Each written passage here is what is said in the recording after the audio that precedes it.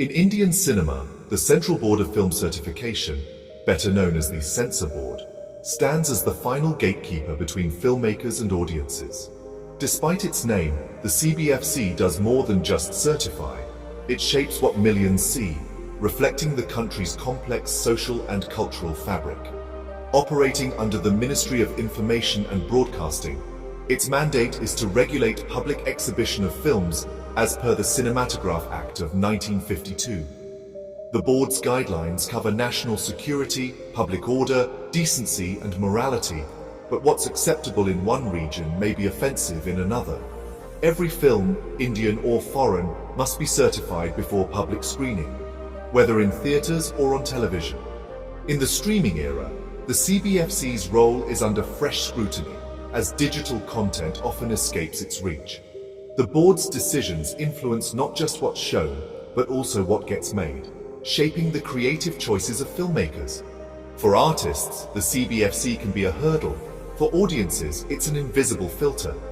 The story of the Censor Board is the story of India's ongoing struggle to balance tradition and modernity, control and freedom.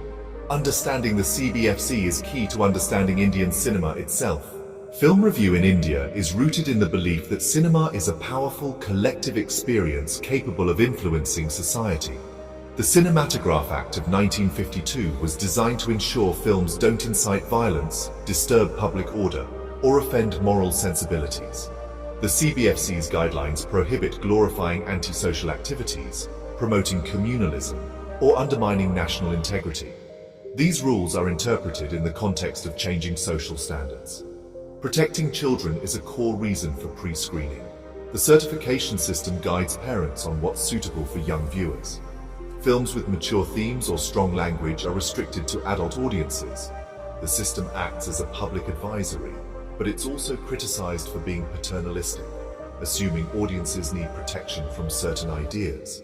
Critics argue that adults in a democracy should choose what to watch, and that censorship curbs freedom of expression.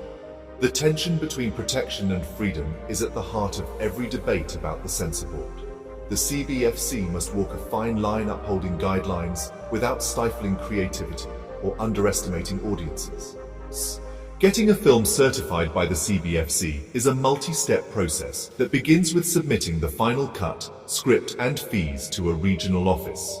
An examining committee, usually 4 members including 2 women, watches the film and recommends a rating, suggesting cuts if needed. The decision is made by majority vote. If the filmmaker disagrees, they can appeal to a revising committee at the CBFC headquarters, which reviews the film afresh. This 2-tiered system is meant to ensure fairness and checks within the process. Previously, a further appeal could be made to the Film Certification Appellate Tribunal, FCAT, but since its abolition in 2021, filmmakers must now approach the High Court. This change has made appeals more time-consuming and expensive, especially for independent filmmakers. The process is often fraught with anxiety, as a film's fate, and sometimes its very identity, hangs in the balance.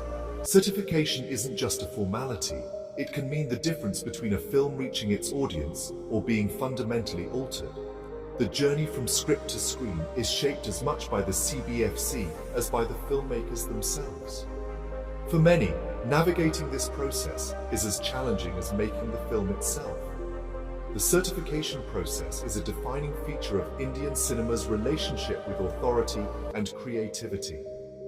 The CBFC classifies films using a simple system: U for unrestricted public exhibition, UA for films that need parental guidance for children under 12, A for adults only, and S for specialized audiences.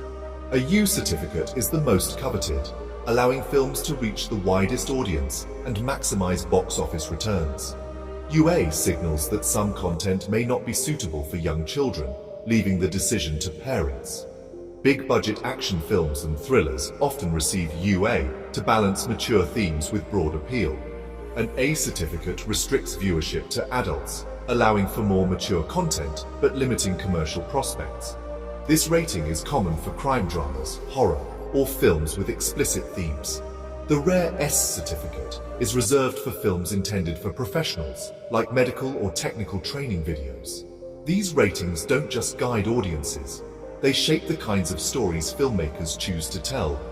The pressure to secure a U or UA rating can influence creative decisions from script to final cut. The CBFC's rating system is a powerful force in defining what Indian cinema looks and feels like. Indian cinema is rife with clashes between filmmakers and the Censor Board, often igniting national debates on artistic freedom. 2016 faced 89 demanded cuts for its depiction of drug abuse. The Bombay High Court intervened, allowing its release with just one cut, a landmark win for creative expression. 2017 was initially denied certification for being lady-oriented, but the FCAT overturned the ban, highlighting issues of gender bias and censorship. Other films like and faced hurdles over sensitive content or ongoing legal cases. Even foreign films aren't spared. 2015 had its kissing scenes shortened, sparking ridicule online. These cases reveal how the CBFC's interpretation of its mandate can lead to high-profile conflicts. Filmmakers often face a choice: compromise their vision or fight lengthy legal battles.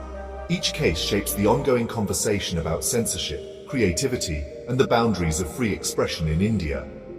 When filmmakers disagree with the CBFC's initial decision, they can appeal to a revising committee for a fresh review. This committee, often led by senior board members, can uphold, overturn, or modify the original verdict. Until 2021, further appeals went to the Independent Film Certification Appellate Tribunal, FCAT, which often sided with creative freedom. With the FCAT's abolition, filmmakers must now approach the High Court, a process that's costlier and more complex. This shift has made it harder, especially for independent creators, to challenge CBFC decisions. The absence of a specialized tribunal has left a gap in the appeals process. Legal battles are now longer and more expensive, raising the stakes for every contested film. The path of appeal is steeper than ever, testing the resolve of filmmakers who wish to defend their vision.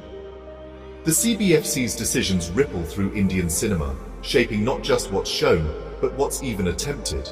Fear of censorship leads to self-censorship. Filmmakers avoid controversial topics to ensure smoother certification. The economic impact is real.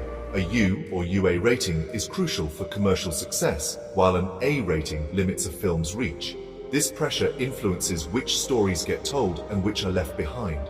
The board's choices also reinforce or challenge social norms, affecting public discourse on issues like gender, caste, and sexuality. Streaming platforms, largely outside CBFC control, now offer bolder content, creating a divide between what's seen online and in theaters. The future of film certification in India hinges on adapting to this new media landscape. Ultimately, the CBFC's evolving role will determine how freely Indian filmmakers can tell their stories, and how honestly audiences see their world.